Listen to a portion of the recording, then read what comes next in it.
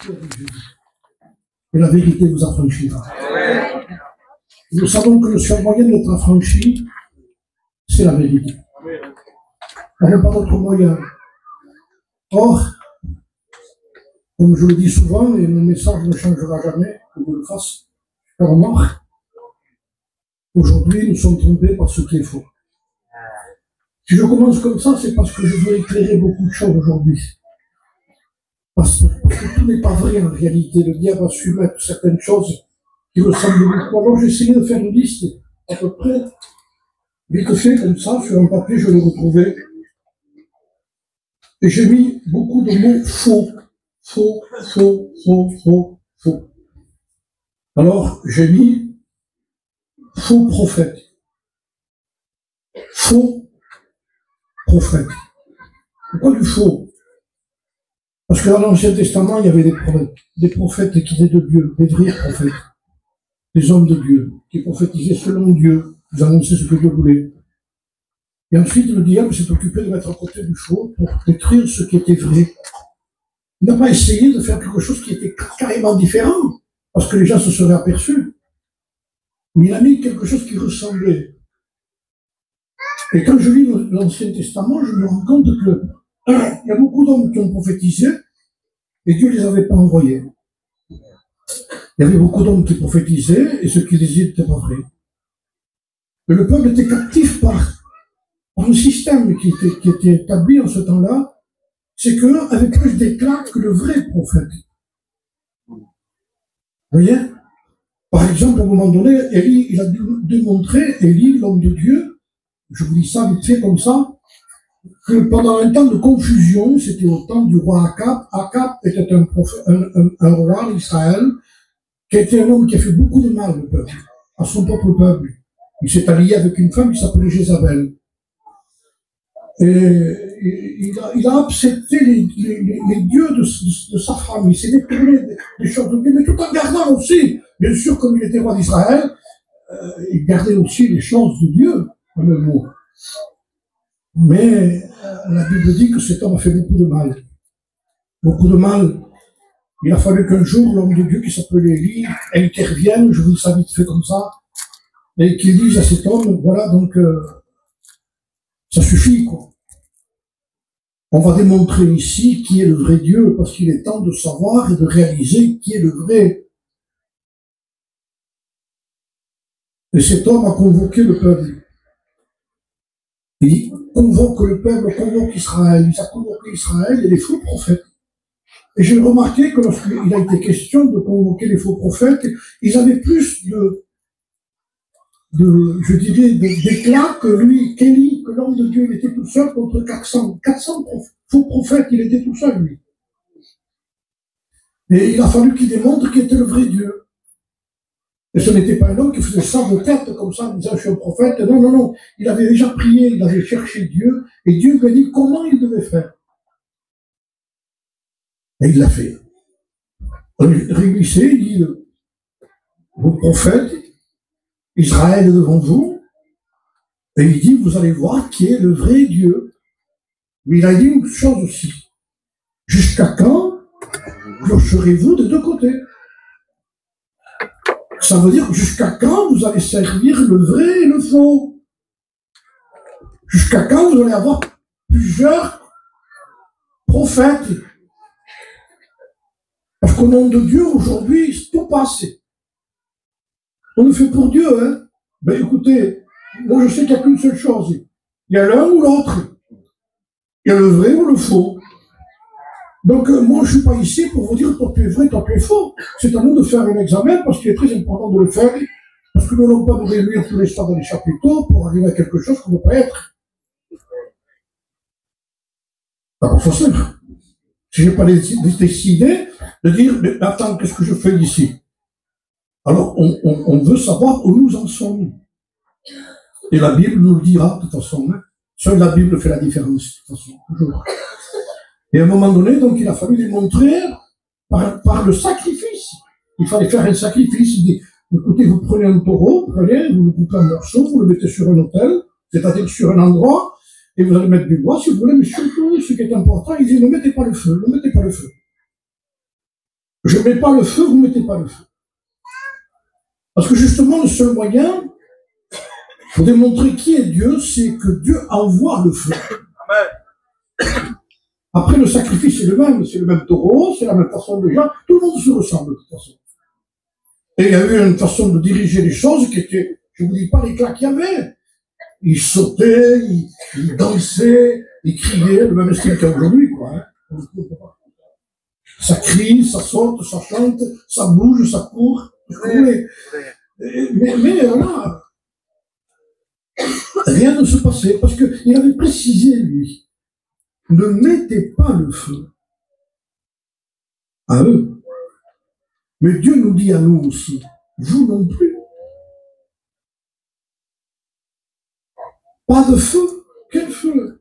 Du feu qu'on voudrait allumer, non, par une façon de diriger une réunion, par des moyens qu'on voudrait trouver, en disant, si tu écoutes un tel prêcher, si tu écoutes un tel chanter, écouter, mais ça n'a rien à voir avec le feu de Dieu, ça, hein. Ça, c'est des gens qui ont une belle voix. On peut avoir une belle voix et pas être converti. Moi, je parle de ce que produit la croix dans quelqu'un, comme disait la sœur.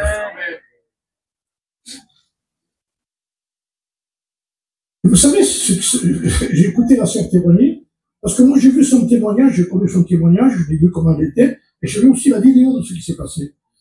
Mais le mot qu'elle a dit, elle m'a touché. Elle m'a dit, il faut accepter notre maladie. De la même façon, elle a dit, il faut accepter que vous êtes pécheur. Amen. Parce que le seul moyen pour que la croix soit efficace, c'est qu'on constate que c'est vrai qu'on est pécheur.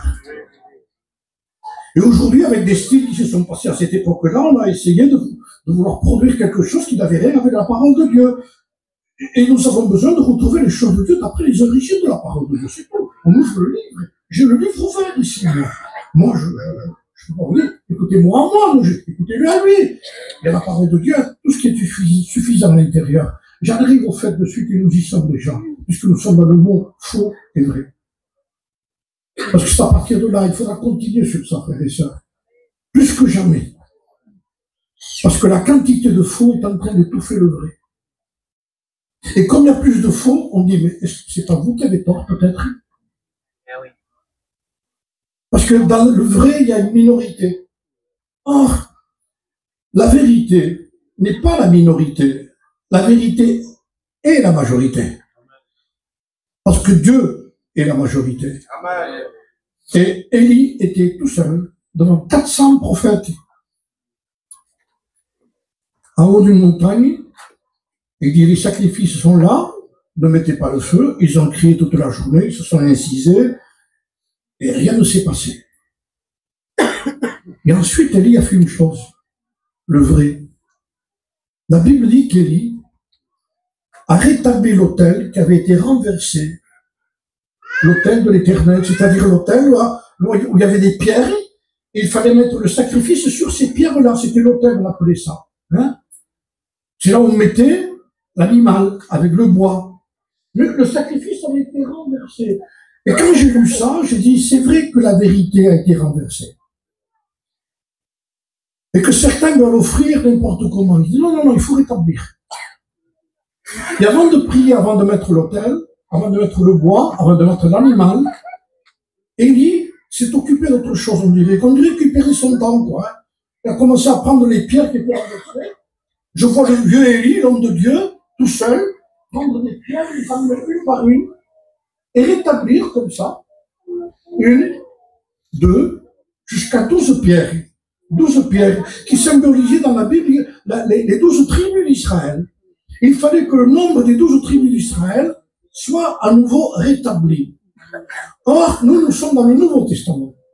Et aujourd'hui, ce qu'il faut rétablir, c'est la doctrine des 12 apôtres aussi, les 12 enseignements, l'enseignement de la parole de Dieu. Et il faut ramener les pierres de l'enseignement. Vous pouvez mettre l'holocauste qu'on veut offrir, parce que Dieu n'enverra jamais le feu si les choses de Dieu n'ont pas été rétablies chez nous. Il faut d'abord mettre de l'ordre chez nous. On dirait que le principal, c'est que tu pries. Non, même si je suis Élie, Je ne prie pas comme ça. Il faut d'abord arranger les choses. Alors, donnons exemple à ça. Prenons exemple dans la parole de Dieu.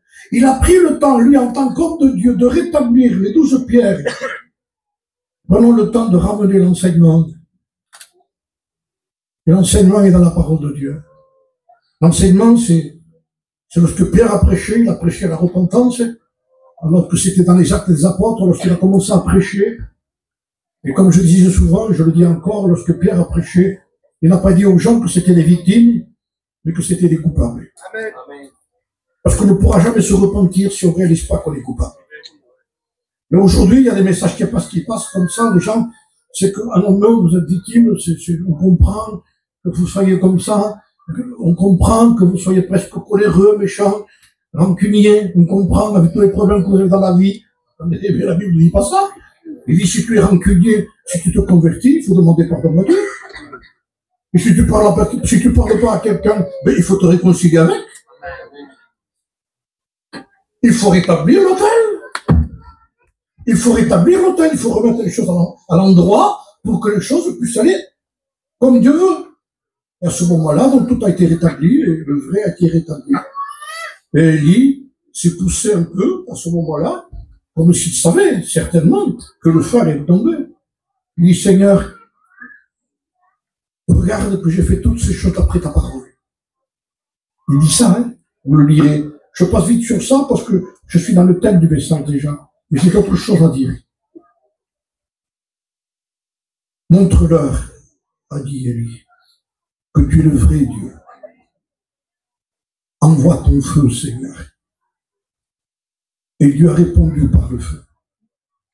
Il n'y avait aucune atmosphère qui avait été établie par Élie. L'atmosphère n'amène rien. Amen. Autant que ce qu'il faut des faux prophètes, mais autant que chez nous, si on essaie d'amener l'atmosphère chez nous, c'est pareil que les faux prophètes après, vous n'aurez rien du tout. Amen. Nous devons revenir à la parole de Dieu. Amen. Nous devons avoir confiance en la parole de Dieu. Et quand on revient à la parole de Dieu, ça nous humilie beaucoup parce qu'il n'y a pas aucune part de nous-mêmes là. Vous comprenez? C'est pour ça que les gens sont réticents. Parce qu'en réalité, quand on revient à la parole de Dieu, on sort de ses qualités, de son pouvoir, de ses capacités. On dit, Seigneur, c'est ce que tu as dit qui est important. C'est pas ce que nous, on essaie de faire. N'essayons pas d'apporter quelque chose. Voilà ce que je veux dire ce soir. Il y a beaucoup de faux qui s'est établi. J'ai noté beaucoup de faux. Heureusement qu'il y a eu des hommes de Dieu, comme il dit, qui ont su rétablir les choses à l'endroit. Et c'est le peuple qui a crié après, c'est l'Éternel qui est Dieu. C'est l'Éternel qui est Dieu. Et ce qui a permis de dire que c'était l'Éternel qui était Dieu, c'est que Dieu a envoyé le vrai feu. Le feu purificateur, le feu du ciel, le feu qui consume tout ce qui est mauvais, le feu qui éclaire la lumière. Écoutez ce texte, je le lis, parce qu'il y a quelques jours que ce texte est en train de toucher mon cœur. Il est très très très connu. Ça, attention, c'est dans le premier livre de la Genèse, c'est la création, ça commence comme ça. Et j'ai lu le premier verset. Écoutez ce qui est écrit. Au commencement, Dieu. Voilà. Tu vois, ça commence comme ça. Les 66 livres ont un départ. Dieu. Pas des dieux. Dieu. Et que fait Dieu au commencement? Tout simplement ça. Ce que Dieu voudrait rétablir chez nous, c'est ça. Au commencement, Dieu créa les cieux et la terre. La terre était informe et vide. Il y avait des ténèbres sur la surface de l'abîme. Et l'Esprit de Dieu se mouvait au-dessus des eaux. Dieu dit que la lumière soit. Et la lumière fut. Amen. Première chose que Dieu crée, la lumière. Sans lumière, on ne verra jamais qu'il y a des ténèbres. C'est lorsque la lumière vient qu'on s'aperçoit qu'on est dans les ténèbres. Autrefois, dire à la parole de Dieu, vous étiez ténèbres. Il ne dit pas vous étiez dans les ténèbres parce que les gens sont dans les ténèbres. Parce que quand on parle des ténèbres, il dit avec les ténèbres qu'il y a autour de nous. Il dit non, il dit tu es ténèbres. Autrefois, vous étiez ténèbres. Mais je bénis Dieu pour le texte qui continue. Maintenant, il dit, vous êtes lumière. Et la conséquence de la lumière, c'est qu'il y a une marche de lumière. Il y a quelque chose qui s'est établi par rapport au résultat qu'il y a eu dans quelqu'un qui est lumière. Et maintenant, vous êtes lumière, marchez comme des enfants de lumière. Vous n'avez plus aucune part dans les ténèbres. C'est-à-dire, Dieu nous a séparés. La première chose que Dieu fait, j'ai aimé ça, pourtant je l'ai lu plusieurs fois, je le relis, je prends le temps de le lire, écoutez bien. Il dit que la lumière soit, et la lumière fut. Dieu vit. Je viens de le relire là, pour être sûr. Dieu vit que la lumière était bonne. Si lui nous dit, la lumière est bonne, je répète, la lumière est bonne. Mais qui le dit? Dieu dit. Amen. Celui en qui un jour nous nous trouverons devant son trône. Il nous dit ici, la lumière est bonne. Et Dieu sépara. Dieu agit, Dieu dit, et il sépare. Il sépare. De suite après, il sépare. À partir du moment où on reçoit la lumière, Dieu sépare. Et il donne des noms. Il appelait la lumière, il a appelé la lumière jour. Et les ténèbres nuit. On dirait que ça n'a pas d'impact, ça, mais pourtant quelle réalité. Il dit, j'ai donné des noms et j'ai séparé. Et là, on retrouve après quelque chose qui se passe après lorsque le Christ est venu chez les siens. La lumière est venue parmi les siens, a dit la parole de Dieu. Et les siens ne l'ont pas reçue. Pourquoi? Parce que leurs œuvres étaient mauvaises. Et vous avez remarqué qu'avant de parler un mot, de donner son nom, il dit d'abord ce qu'a été Jésus d'abord quand il est venu, lumière. Pourquoi? En un mot, aujourd'hui, on veut un Christ sans lumière. Pourquoi? Parce que la lumière éclaire les ténèbres. Pourquoi? Parce que lorsque le Christ vient, quand c'est le vrai Christ et quand on l'accepte, il nous convainc de péché, de justice et de jugement. Et quand on chante, nous, chez nous, des Saint-Esprit pour nous faire bouger, trembler et émotionner, il faut vous tromper, c'est pas pour ça. C'est pas le but. On a donné au Saint-Esprit un rôle qui n'accepte pas ce rôle-là. Le rôle du Saint-Esprit, c'est de nous faire connaître Jésus-Christ. De nous révéler la croix. De nous révéler que nous sommes pécheurs. Et que nous sommes dans un état terrible. Et que le salaire, la paye du péché, c'est la mort. C'est la séparation avec Dieu au jour du jugement. On n'est pas chrétien pour quelques mois, hein. Mais pour quelques années. Sois fidèle jusqu'à la mort. Et je te donnerai la couronne de vie. Ce que tu as reçu, garde-le. Combien de temps? Jusqu'à ce que je vienne. Nous avons reçu la lumière. On ne brade pas la lumière. On n'échange pas la vérité. Écoutez bien, il donne les noms, lui. Et aujourd'hui, on a dilué les noms. On a changé les noms. Même, je disais dernièrement dans une réunion, on a nommé le péché manque de spiritualité. Comment voulez-vous qu'on se repente quand on dit, ça va, il y a un peu de manque de spiritualité. T'as péché ou pas? Non, mais bon, écoutez, frères et sœurs, le péché, c'est les ténèbres. Et si on veut savoir si nous y sommes, cherchons la lumière. Vous allez voir comment il va nous éclairer.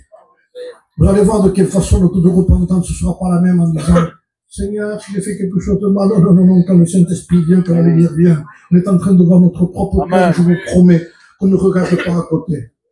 Parce que le fils prodigue, qui était dans le monde, qui était avec les pourceaux loin de la maison du Père, parce qu'il avait quitté la maison de Dieu, quand il s'est rendu compte du besoin qu'il avait, et ça je l'ai répété, je le répète ici ce soir, lorsqu'il a voulu revenir dans la maison du Père, il aurait pu dire là où il était, quand il était rétrograde, comme certains le font, tu sais pourquoi je suis dans cet état, parce que un tel, le pasteur, ou ça, non. Ça c'était rentré chez les autres. Il aurait pu jamais revenir à Dieu en faisant ça. Vous savez ce qui lui a permis de revenir à Dieu? Il rentre en lui-même. Et à partir du moment où on rentre en soi-même, Au lieu de rentrer chez les autres, rentre en toi-même, parce que c'est toi qui es le vrai problème de ta vie de rétrograde. Donnons les noms qu'il faut pour pouvoir s'en sortir. Donnons les noms qu'il faut. Appelons les choses comme elles sont. De toute façon, j'ai écrit ces choses-là et j'ai mis ça. En ce qui concerne ce qui est faux, et je le répète ici, faux prophètes, il y en a eu. Faux ouvriers. Tout ce que je vous dis, il y a des textes, si vous voulez, je peux vous les donner. Faux ouvriers. Faux circoncis, disait Paul. La circoncision, c'était la marque extérieure de celui qui était juif. Ça prouvait qu'il était un juif. Donc, je ne vous explique pas les choses, mais c'était comme ça. Une marque extérieure. Mais voilà, c'est qu'aujourd'hui, pour nous, c'est plus une marque extérieure en tant que juif. Pour nous, notre marque à nous, c'est le baptême.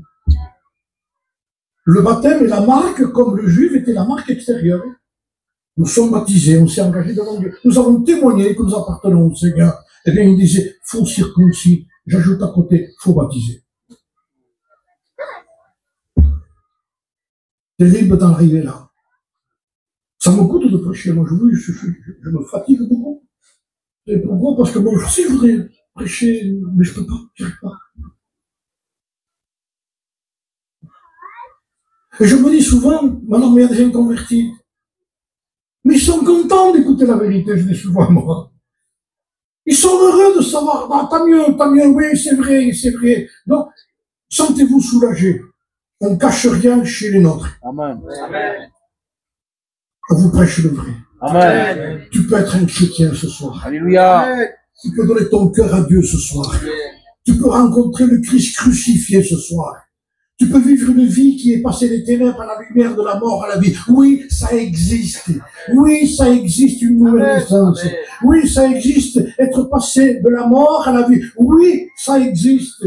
Aujourd'hui même, chez nous, on s'étonne souvent en disant, t'as vu, il est chrétien, il est né de Dieu. Vous comprenez aussi que ça doit être né de Dieu. C'est un miracle. Amen. La vie chrétienne est un miracle. Être un chrétien est un miracle. Être un chrétien, c'est pas je vais essayer de faire, de moins fumer, moins rouler. Ça, c'est de l'amélioration, ça n'a rien à voir avec le ciel. C'est de la religion. Chez nous, pareil, religieux à fond. Voyez, prouva, marche à passe. Tu n'as pas besoin d'essayer, tu n'arriveras pas. N'essaye même pas. Je te donne un conseil. Il y a 50 ans que je suis baptisé. N'essaye pas. Tu vas être déçu.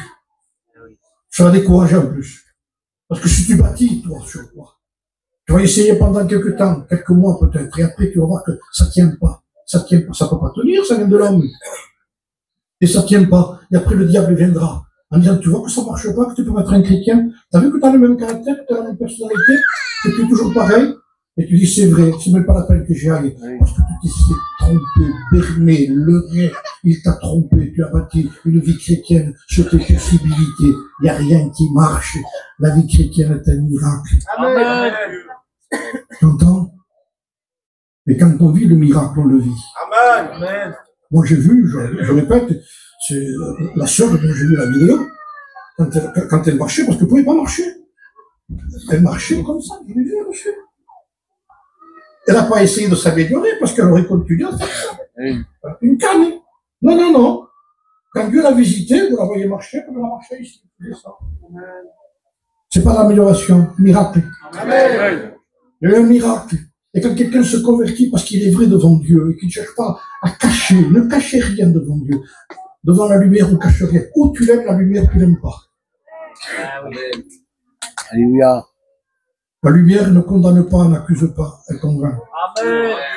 Montre les ténèbres, tu vois, ça c'est faux. La chèvre veut tromper, faux, circoncis.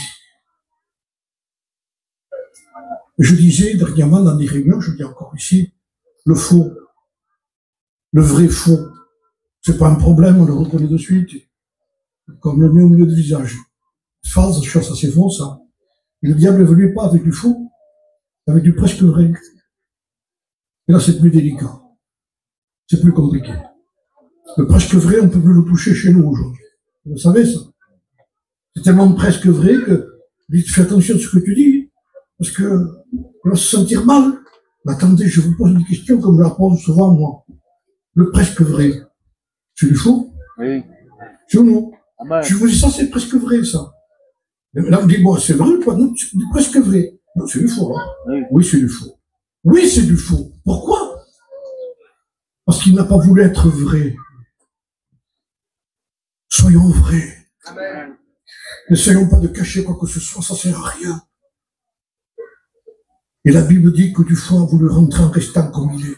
Et malheureusement, en vérité, nous l'avons trop accepté chez nous. Que Dieu revienne chez nous dans toute sa puissance et sa sainteté. Vous nous montrez ce qui est vrai, ce qui est faux. Vous croyez que Dieu veut remplir un chapiteau? Dieu veut remplir le ciel. Il vous veut là-haut. Il ne veut pas que vous veniez ici peiner, découragé, en disant « j'en ai plus sur un chrétien, tu peux l'être maintenant même ». Combien de temps faut-il pour devenir un chrétien? Il faut marcher petit à petit, c'est pas vrai ça. Donc on apprend à marcher avec Dieu une fois qu'on s'est levé. D'abord, il veut que tu te lèves. Amen. Et que tu commences à marcher avec lui. Et c'est lui qui fera le reste. Est-ce que vous comprenez ça? Vous savez ce qu'a dit un Chinois un jour? Combien de temps faut-il pour qu'une lumière puisse éclairer? Pour qu'une bougie puisse éclairer? Combien de temps faut-il? Les gens réfléchissaient, ils disent le temps de la lumière. Le temps de recevoir le Christ réellement dans notre vie, dans un état de repentance, en riant, Seigneur, je n'ai pas réussi, je ne peux pas réussir, je ne veux pas être un faux. Je ne veux pas essayer de joindre ce que je suis à la vie chrétienne que toi tu es. C'est une perle, l'évangile. Vous comprenez? C'est quelque chose qui n'a rien à voir avec ce qui ressemble. De toute façon, dans la Bible, le Seigneur fait la distinction de suite. Il donne les noms. Lumière, ténèbres, mort et vie. Il n'y a pas de litige, il n'y a pas de photo, comme on dit. Il ne nous trompe pas. C'est le seul moyen de nous rendre compte de notre besoin. Faux ouvriers, dira la parole de Dieu. Faux ouvriers, c'est écrit aussi. Donc je vous cite toutes ces choses. On arrive à une seule chose ici maintenant. Faux anges. Les anges qui sont faux, il y en a. Ils étaient vrais. Ils n'ont pas voulu accepter la vérité. C'est devenu des démons. Ça, les chrétiens le savent. Alors je me suis dit, Seigneur, qu'est-ce qu'il nous faudrait en réalité pour détecter le vrai? Vous savez qu'en Amérique, il y a des détecteurs de mensonges. Quand on questionne certaines personnes, on leur met des machines, on les branche, et il y a un système qui fait ça, qu'on pose des questions. Quand c'est vrai et qu'ils répondent qu'il n'y a pas de stress, ils détectent le stress du fou. L'aiguille fait ça. Quand c'est vrai, ça fait ça. Du coup, comment on va faire pour nous alors, pour détecter le vrai? Alors on les branche. Écoutez bien, je vous donne une image pour moi. Mettez la main là-dedans, la main de votre cœur, et vous émettez votre cœur. Et le Seigneur nous pose des questions. Vous allez voir s'il n'y a pas un détecteur de mensonges dans la Bible. Il vous dira ce qui est vrai et ce qui n'est pas vrai. La vérité est difficile à accepter, mais combien elle est bonne. Combien elle est bonne. Le Seigneur a démontré de suite ce qui était, ce qui n'était pas. Moi, j'aurais pas pu le savoir. Hein. Prenez par exemple, je vous donne un exemple déjà. Les deux premiers qui ont adoré dans la Bible s'appelaient Abel et Caïn. Ils n'adoraient pas un faux Dieu, il n'y en avait qu'un. Il n'y avait pas de fausse religion, il n'y avait que Dieu seul. Donc quand ils ont offert, un a offert un sacrifice à Dieu, il s'appelait Caïn, et Abel a offert un sacrifice à Dieu, il s'appelait Abel. Et la Bible dit que Dieu porte un regard favorable sur l'offrande de Caïn, mais pas d'abord sur l'offrande, sur Abel plutôt, sur Abel et sur son offrande, sur Caïn et sur son offrande. Il regarde non pas ce qu'on donne, mais ce qu'on est, de la façon qu'on le fait. Il regarde le cœur. Et il a vu dans le cœur d'Abel un cœur vrai. Et dans le cœur de Caïn, il a vu que ce n'était pas vrai. En un mot, que Caïn n'était pas vrai.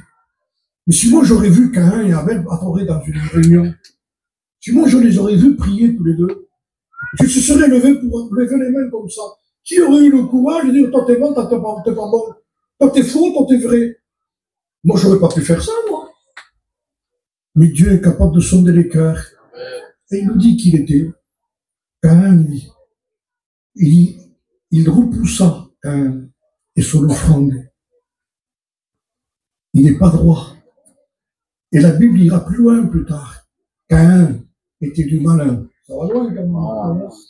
De quelle façon le Seigneur a un coup d'œil terrible. Alors, laissons les coups d'œil humains, émotionnels. Il pleure. Mais toute larme n'est pas une larme de repentance. On peut pleurer par émotion, par sentiment, tout ce que vous voulez.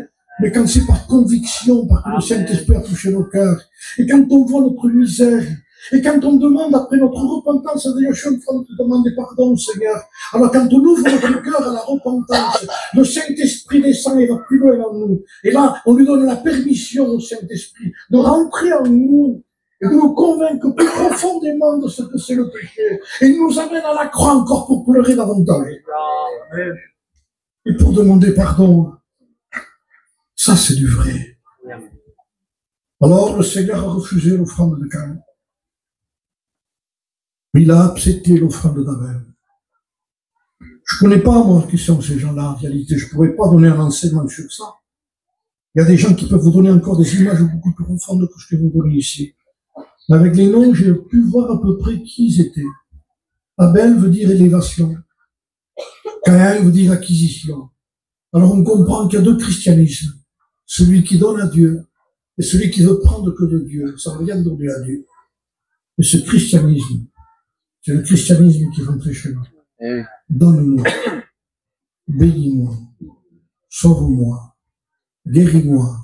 Et quand Dieu dit attends, c'est pas la peine, je vais plus. Il m'a pas guéri. Il n'est pas obligé de guérir. Il peut le faire, il le fait, il y a des témoignages. On peut être guéri, être perdu.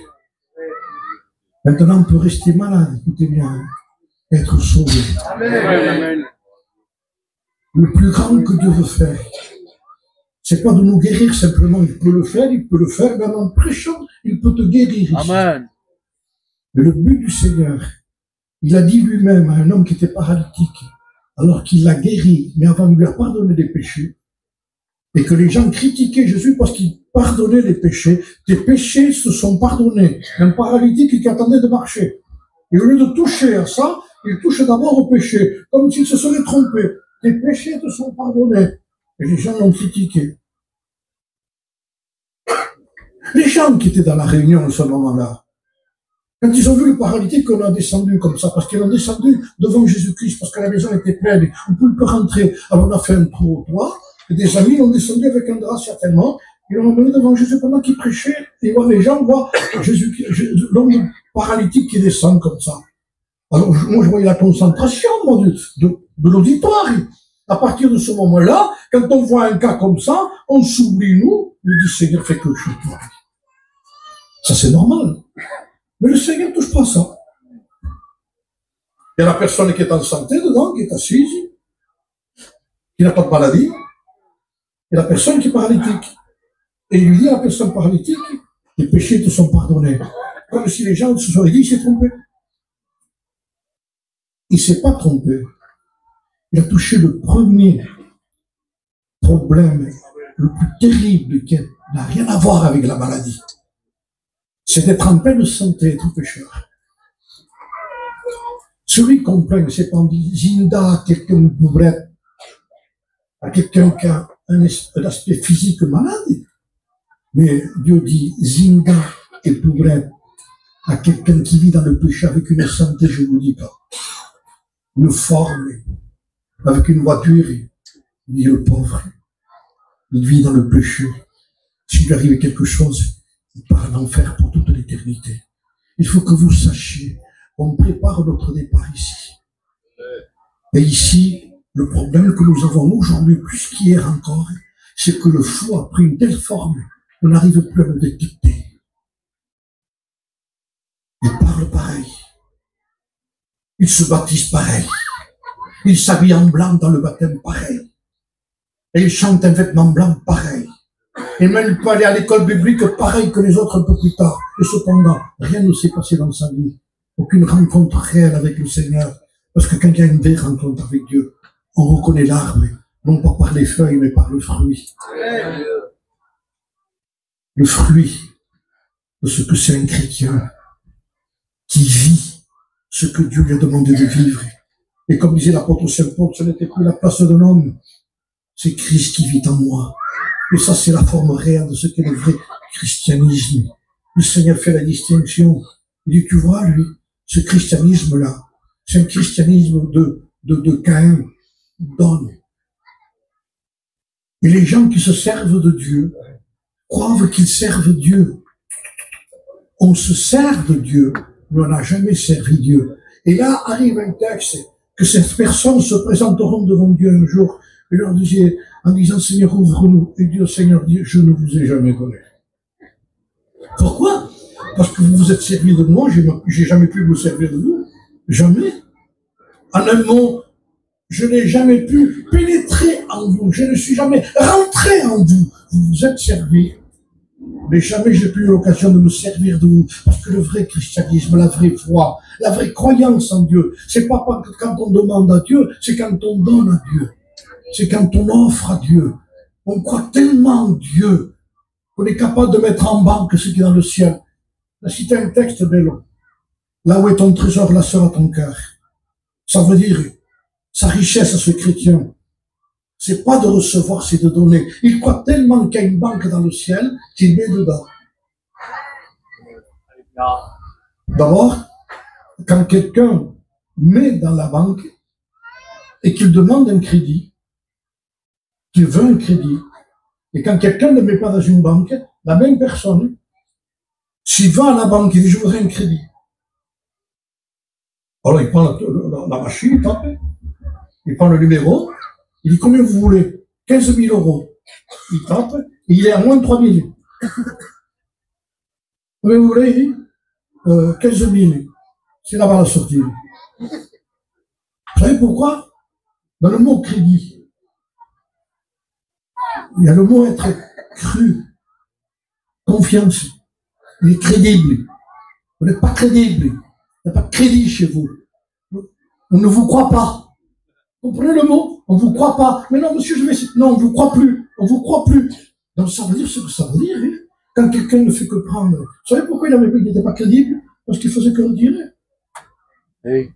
Il n'en mettait jamais. Et quand on te fait demander...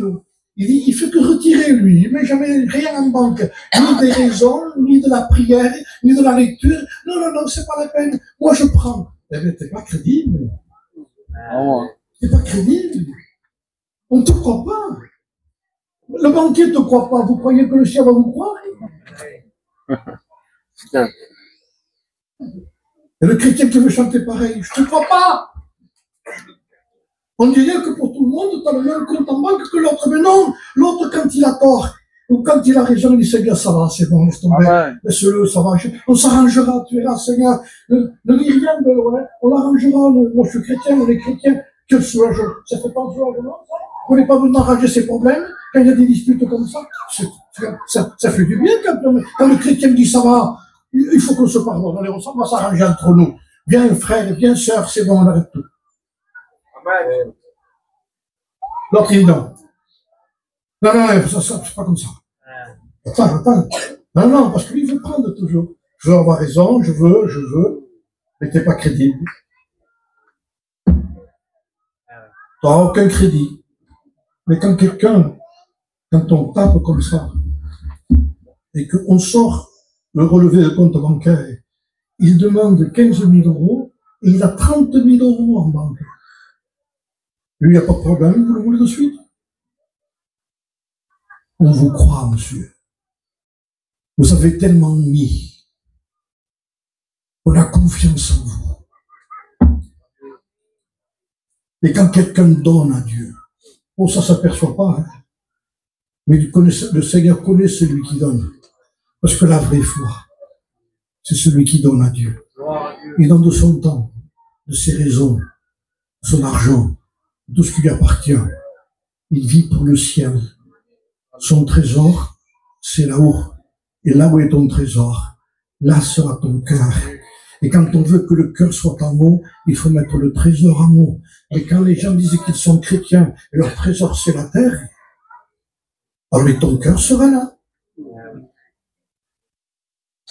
Tu n'es pas crédible. Le Seigneur connaissait quand même acquisition. Abel, c'était celui qui avait du crédit. Élévation. Je te loue, Seigneur. On peut dire que je te loue quand tout va bien, mais quand quelqu'un dit Seigneur, c'est vrai qu'il y a des mauvais moments, mais que tellement grand, Jésus. Amen. Amen. Seigneur, tu mets la paix dans mon cœur. Et j'apprécie encore plus la paix. Vous savez qu'il y a des gens qui se sont reprochés même le calme de leur cœur. Et comment ça fait que mon cœur est calme? Même perdre quelqu'un, physiquement, et ressentir la paix dans leur cœur, même vous avez honte presque de ne pas pleurer. C'est la paix de Dieu. Amen. Qui surpasse toute intelligence, toute connaissance, qui garde les vrais Isabelle, ceux qui sont vrais devant Dieu, qui ont donné tellement à Dieu, qui dit de toute façon, on n'est que de passage ici. On ne perd rien, nous. On a tout donné à Dieu. On a un jour, c'était un homme qui s'appelait Charles Stutt. Il avait hérité d'un héritage, une fortune, avec sa femme. Mais lui, sans rien dire à sa femme, il a partagé son héritage. C'était deux chrétiens, je ne vous dis pas, un homme de Dieu, une femme de Dieu. Et il a partagé l'héritage. Donc il s'est gardé la part pour lui, et il dit, ma femme, on fera ce qu'il voudra, j'ai pas le droit de prendre ce gars. Et il lui a dit, écoute, il dit, mais toi, tu as pris, oui, j'ai pris ma part. Et qu'est-ce que tu en as fait? Je l'ai donné dans l'œuvre, il dit. Amen. Mais toi, tu as droit à la tienne. Il dit, donne-la aussi. Amen. Faut dire qu'il y a des chrétiens et des chrétiens quand même, hein. Et on s'étonne quel résultat il a. Combien il a mis en banque quand même pour avoir le résultat. Vous comprenez, on ne peut pas s'amasser de trésors. Un sur la terre et dans le ciel, le vrai. Et le presque vrai. Parce que l'adoration de Caïn et l'adoration d'Abel étaient la même. Levanto mis manos. Et le même cantique pour tout le monde. Le Seigneur regarde le cœur et dit, lui il est vrai, lui il n'est pas vrai. Lui je l'accepte, je ne l'accepte pas. N'oublions pas que par qui nous serons jugés, c'est pas par les gens seulement, mais par Dieu lui-même. Parce que le Seigneur connaît les siens, dira la parole de Dieu, et quiconque prononce le nom du Seigneur qui s'éloigne de l'iniquité. Ne vous en faites pas, le Seigneur dit, connaît les siens. Et quiconque prononce le nom du Seigneur qui s'éloigne du péché. La preuve que nous sommes à lui, c'est qu'on ne mélange pas Dieu dans notre lèvre, et des choses de dire n'importe quoi. On est vrai devant Dieu. On n'est pas meilleur qu'un autre. La vérité, tout simplement, c'est je veux la vérité. Et je ne veux pas me tromper. Deux. Caïn et Abel. Si vous saviez les exemples qu'il y a en deux, je n'ai pas le temps de vous nommer tous. Mais on comprend déjà qu'il n'y a que deux. Il n'y a que deux chemins. Le Seigneur a dit dans Matthieu au chapitre 7, chemin étroit et resserré. Chemin large et spacieux. Chemin des païens. Non, non, non, non, il dit. Chemin large et spacieux, c'est tout. Oui. Mais c'est pas pour les païens, ça? Non, il y a des baptisés, il y en a plein dedans aussi. C'est un chemin où on se sent à l'aise. C'est un chemin qui appartenait à Israël. Il n'a pas dit ça en Amérique, lui, hein. Il a dit ça en Israël. Donc, dans un endroit religieux, il n'y a pas plus religieux qu'Israël.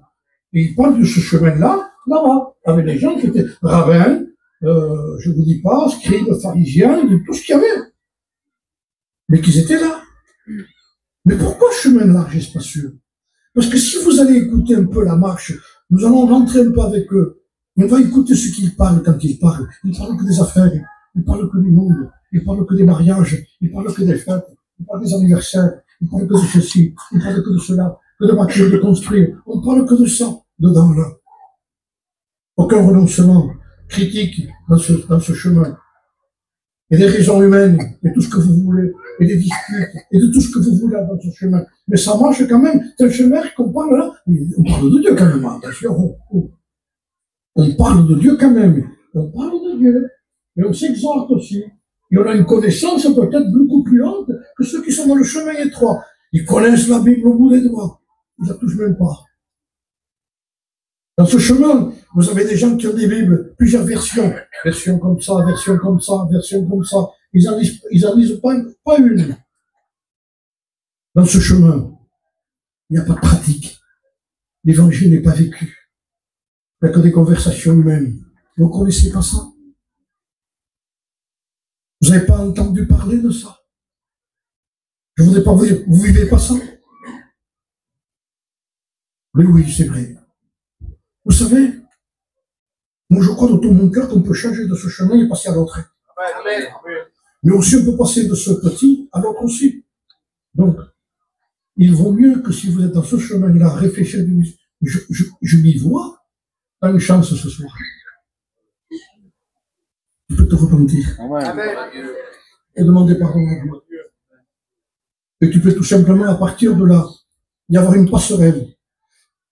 Il dit, je te fais changer d'endroit de suite. Et je te fais passer dans cet endroit. Là-bas, vous n'entendez que parler du monde, que des affaires, un christianisme qui parle que de ça. On n'est pas entendu ça? On parle que de ça. Donc simplement, le travail est un poids, logiquement pour un chrétien. On n'y met pas notre cœur, on y met notre corps. Parce que mais le cœur est pour Dieu, non?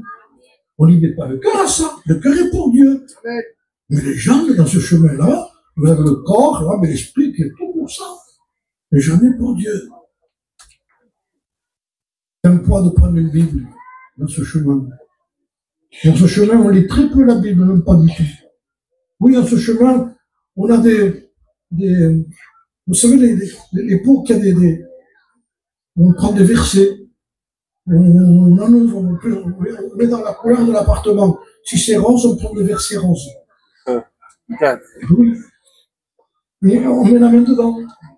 Et on sort un verset. On l'ouvre, ça nous intéresse pas, on le met dedans. Quelle lecture, Seigneur Jésus-Christ. Et il cherche jusqu'à ce qu'il trouve le. Il en trouve un. Je suis avec toi tous les jours. Gloire à Dieu. Il m'a parlé, tu l'as fait parler. Il ne voulait pas te dire ça, mais il voulait te dire reprends-toi. Mais vous avez remarqué que dans ces peines de vie, j'ai trouvé le mot déjà, dans ces peines de vie, on ne met jamais des textes qui touchent fort. Sans la sanctification, nous ne verra le Seigneur. Vous en verrez très peu de ces petits rouleaux. Priez sans cesse, très peu. Pardonne-nous nos offenses comme nous aussi nous pardonnons à ceux qui nous ont offensés. Très peu. Je sais pas. Pourquoi? Parce que nous avons vu ce qui nous convenait. N'allons pas dire que ça c'est un chemin étroit. C'est le chemin large et spacieux, où on vend des pains de vie, où on fait des missions. Dans ce chemin-là, je vais aller jusqu'au bout. Vous avez des chapiteaux. On se sent bien. Ne me pressez pas trop. Encouragez-moi. Oui, je veux t'encourager à te repentir. Amen. Si tu vis comme ça, je t'encourage. Il y a une solution pour toi. Et là, j'ai un message positif. Je vous promets que si vous confessez vos péchés à Dieu et vous lui demandez pardon, il est fidèle et juste pour vous pardonner et vous purifier de toute iniquité. Je vous assure que le pardon y est dans la repentance. Il n'y a pas de problème. Mais dans ce chemin, il n'y a aucune prédication sur la repentance. Il dit, vous êtes des victimes, le Seigneur ne vous compte pas, mais restez là-bas. Mais si vous voulez changer d'endroit et passer dans ce chemin que le Seigneur a proposé, le chemin, il dit, est étroit. Je vous dis ce soir que le chemin est étroit. Nous avons besoin de ce chemin par rapport au caractère qu'on a. Je dis par rapport au caractère que j'ai, par rapport au caractère que nous avons. Nous avons besoin de ce chemin. Pourquoi? Parce qu'on lui laisse notre personnalité, là. Amen. Là, c'est serré, là. Là, nous entendons que des conversations difficiles, des choses du monde, des choses de la terre. Mais là-bas, si on va passer un petit moment là-bas dedans, vous allez écouter là-bas dedans. Il y a beaucoup de gens, là? Ah non, il y en a très peu. Déjà. Et là-bas, oh, on est plein. On a des bonnes réunions. Et comment des bonnes réunions? Il y en a très peu là-bas. Parce que là, c'est la réunion véritable, je vous dis. Amen. Les frères, les vraies réunions, c'est pas simplement l'heure qu'on passe ici, c'est les décisions que nous prenons ici. Amen. Amen. Parce qu'en réalité, la vraie réunion, c'est pas pendant, c'est après. C'est l'après-réunion qui est la vraie réunion. C'est les décisions que vous allez prendre en donnant les vrais noms que Dieu a donnés. Lumière, ténèbres, mort, vie. Ne changeons pas les noms. Dieu va nous aider. Amen. Dieu veut vous aider. Dieu veut nous relever. Mais je ne le promets pas, moi, et je vous le dis à haute voix ici, que les gens seront aidés en restant dans la même position. Vous êtes venus, vous ne changerez jamais. Si vous ne décidez pas de prendre une décision ce soir, dites-leur. Maintenant, je veux comprendre une chose. Si je me trouve dans ce chemin-là, je peux passer à là? Oui. Et qu'est-ce qui va se passer? Tu vas souffrir. Pourquoi on promet des choses qui ne sont pas écrites? Qu'est-ce qu'il y a dans ce chemin? Une croix pour toi. Il y a deux chrétiens, deux chemins. 2 fils, un dans le monde, un dans la maison. Il n'y en a que 2. Lisez la parole de Dieu, le fils prodigue et le fils dans la maison.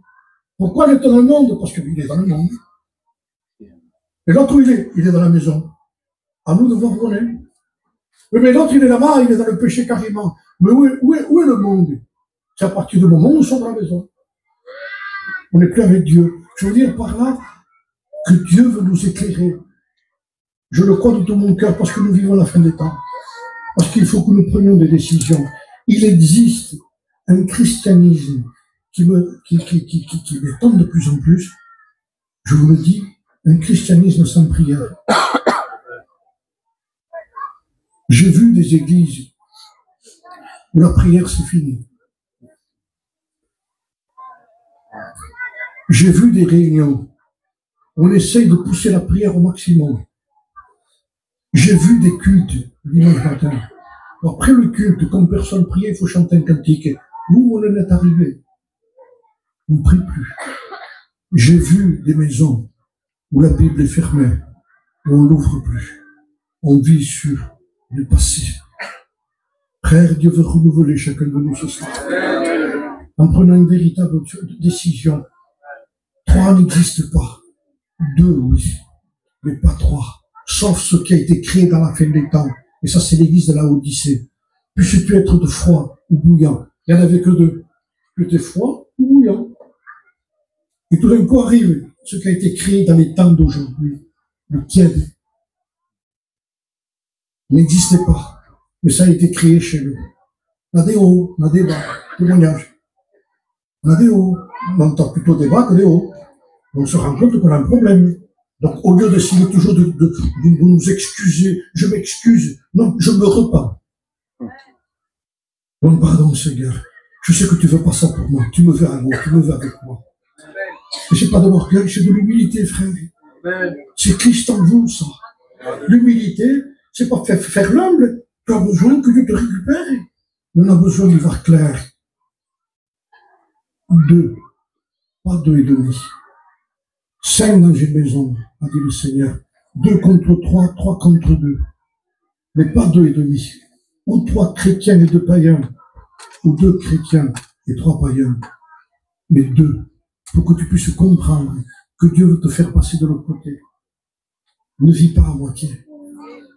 Accepte le Christ. Viens à lui, repens-toi de tout ton cœur. Demande-lui pardon, je te promets. Et toi qui ne connais pas encore le Seigneur, je t'ai évangélisé ce soir pour te dire que tu peux être un vrai. Tu veux te convertir. Perds pas ton temps. Amen. Crois-moi, la perte de ton temps. Je connais des gens, moi. Je connaissais des gens. Je le témoigne ici, tant pis. Je le témoigne au sein de ma famille. Je vivais avec mon père et ma mère. C'était des gens qui étaient baptisés depuis longtemps. Et j'ai connu ma mère. C'était une femme qui était baptisée depuis longtemps. Encore, je n'étais pas encore chrétien, je n'étais pas engagé avec Dieu. Mais un jour, ma mère a eu un problème. Mais ma mère, c'était quelqu'un qui vivait l'évangile comme on le vit aujourd'hui, réunion, culte de temps en temps, quand il fallait y aller. La Bible, je n'ai pas de souvenir. Je vous dis franchement, ma mère est morte aujourd'hui. Je ne vais pas critiquer ma mère, vous comprenez bien. Je ne ferai pas ça. Mais si ça peut aider quelqu'un, je vous le dis. Parce qu'il s'est passé quelque chose de positif chez ma mère. Mais quand j'ai fait le recul, quand j'ai rencontré le Seigneur, je me suis aperçu que ma mère n'était pas si spirituelle que ce que je croyais. Elle n'était pas méchante, c'était ma mère, en plus. Mais c'était vrai qu'elle était gentille. Mais elle ne vivait pas l'évangile. C'était un évangile superficiel. Un jour, elle est tombée malade, ma mère. À l'épicerie d'en face, écoutez bien, la femme de temps en temps lui donnait un crédit. Donc regardez encore à quel niveau. Donc au bout d'un moment, il fallait qu'elle paye ce qu'elle devait. Donc quand elle allait encore à l'épicerie, elle dit Madame Baptiste, vous me devez tant. Elle se fâchait avec. Madame, qu'est-ce que tu payes? Elle demande toujours. Mais si tu lui dois. Regardez à quel niveau le caractère. Et en plus, elle était fâchée. C'était elle qui avait quelque chose contre elle. Et elle allait au culte. Injustice. Injustice. Elle doit, elle ne paye pas, elle est fâchée avec. Je vous dis qu'à quel niveau on peut être baptisé. Mais quand elle a eu un problème dans sa vie, un problème de maladie, elle s'est remise en question.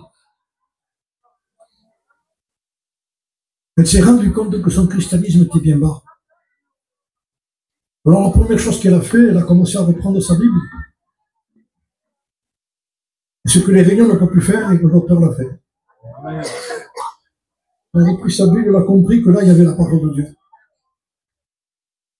Avec ses sœurs, quand elle se voyait avec ses sœurs, ça critiquait, je ne vous dis pas. Je me demandais quelle était la plus critiqueuse. Et après, quand elle a commencé à comprendre son problème, quand ses sœurs venaient d'écouter, elle me parlait, elle ne parle pas de personne, hein. Tu peux prier, tu pries. Donc, vous voyez, elle avait changé déjà.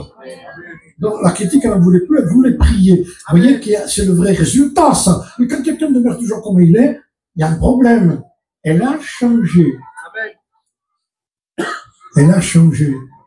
Elle est allée demander pardon à l'épicière. Je vous demande pardon, madame. Quand il y a repentance, il y a réparation. Amen. C'est pas lever sa main. Qui veut lever sa main?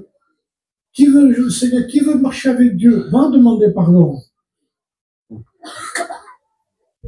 Il a fallu qu'elle traverse la rue et qu'elle demande pardon à la paille. Qu'elle répare. Elle a commencé à avoir communion avec Dieu. Et ensuite, le Seigneur l'a pris. Mais quel soulagement pour moi.